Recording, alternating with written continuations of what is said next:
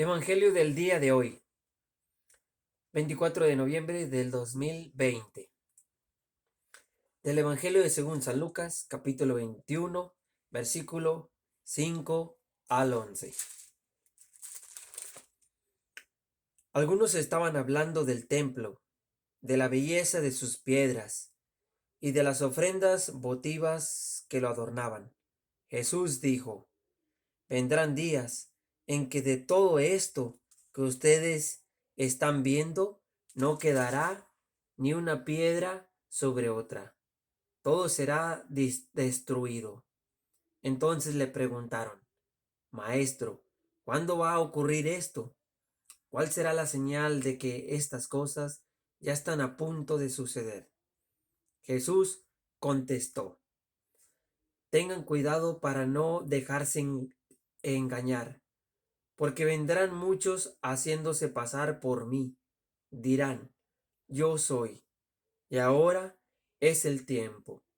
Pero ustedes no los engañen, y cuando tengan noticias de guerras y revoluciones, no se asusten, pues esto tiene que ocurrir primero. Sin embargo, aún no habrá llegado el fin. Siguió diciéndoles: una nación peleará contra otra, y un país hará guerra contra otro. Habrá grandes terremotos y hambres y enfermedades en diferentes lugares. Y en el cielo se verán cosas espantosas y grandes señales.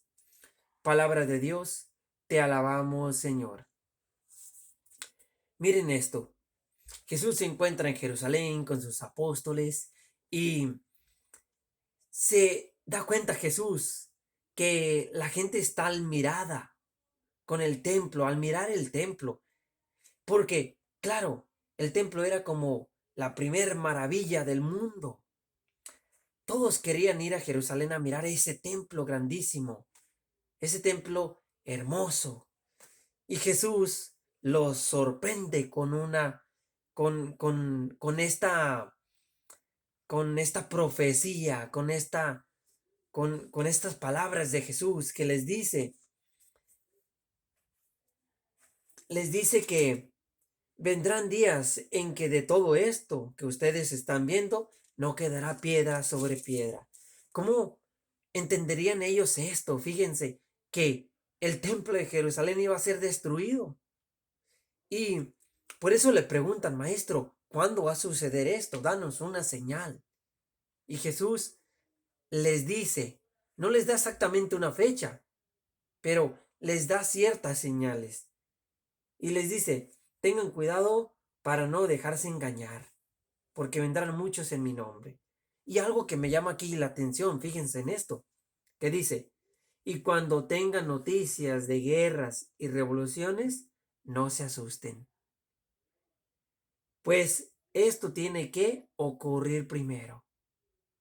Jesús dice: tiene que ocurrir primero. Si nos vamos unos versículos atrás, podemos mirar que cuando Jesús iba entrando a Jerusalén, cuando dice que Jesús estaba llorando, dice, cuando Jesús llegó cerca de Jerusalén, al ver la ciudad, Jesús lloró por ella. Y les dice, ¿verdad? Si tú hubieras entendido lo que te daba paz, incluso en otras ocasiones dice: yo te quise acoger como la madre a sus pollitos.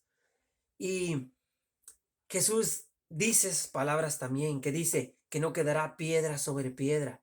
Ya había dicho Jesús, nomás que en esa vez posiblemente no lo escucharon, pero ya había dicho que iba a haber la destrucción del pueblo, del el templo de Jerusalén. Y dice: esto tiene que pasar. Yo lo interpreto que Dios lo está permitiendo. No es que Dios los esté castigando, sino que son consecuencias de sus mismas acciones.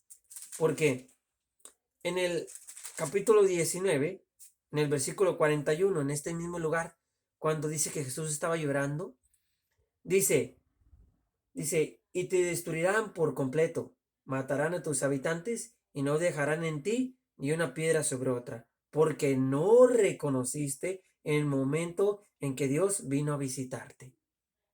Hay una consecuencia. Dice, no reconocieron a Dios, no me reconocieron a mí, que yo vine a visitarte, Jerusalén, Jerusalén.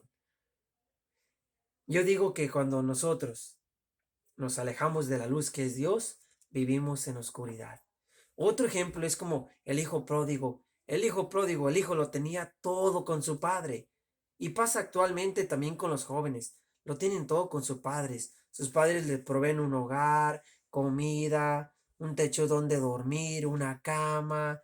Les dan también dinero para su escuela, les ofrecen un carro. Pero si el hijo se va de la casa, entonces ya pierde sus privilegios. Entonces, nosotros tenemos muchas gracias cuando estamos de parte de Dios, muchos regalos, pero si nos alejamos de Dios, nosotros somos quien nos castigamos, Dios no nos castiga. Entonces, serían consecuencias de nuestras mismas acciones. Y aquí yo así lo miro, porque Jesús aquí les dice, porque no reconociste el momento en que yo vine a visitarte, porque en Jerusalén había mucha rebeldía, ya se habían alejado de la palabra de Dios, de las Sagradas Escrituras. Y dice, esto es necesario que pase, va a pasar. Y dice, pues esto tiene que ocurrir primero, fruto de las mismas consecuencias. Pero Jesús lo permite para sacar cosas grandes. ¿Por qué? Porque aquí sí pasó. La profecía de Jesús en el año 70 vinieron otros imperios y destruyeron toda la ciudad. Pasó precisamente lo que Jesús había dicho. ¿Y cuáles son los frutos que Jesús va a sacar de ahí? Después de esas guerras vinieron fuertes persecuciones, pero por cada mártir, por cada cristiano que caía al suelo muerto, surgían 10, 15, 20, 50, 100. La iglesia creció muchísimo en números. Y gracias a todos esos mártires, nosotros somos cristianos ahora, porque ellos dieron su vida por defender nuestra iglesia que ahora tenemos. Por eso dice Jesús, es necesario que pase. Yo lo voy a permitir como consecuencia de sus propias acciones por su rebeldía, pero yo lo voy a permitir y de todo esto voy a sacar cosas maravillosas. Ahora, ¿en qué tiempos estamos? Estamos en esos tiempos de guerra, estamos en esos tiempos difíciles. Un virus que invade en todo el mundo, el COVID-19. Y podría ser también fruto de nuestras mismas acciones, ¿verdad? Que ahora nos hemos tanto en estos tiempos paganizado tanto, la nueva era, nuevas generaciones que nos hemos alejado tanto de Dios. Y no es que Dios nos castigue con este virus, pero posiblemente es de que Dios lo permite. Y esperemos que cuando todo esto pase, nosotros seamos mejores cristianos, que estemos más cercas a Dios y que ya después de este virus, la iglesia resurja, porque la muerte de los mártires es semilla de nuevos cristianos. Que todo esto que, que Dios permite sea para el bien de nosotros mismos.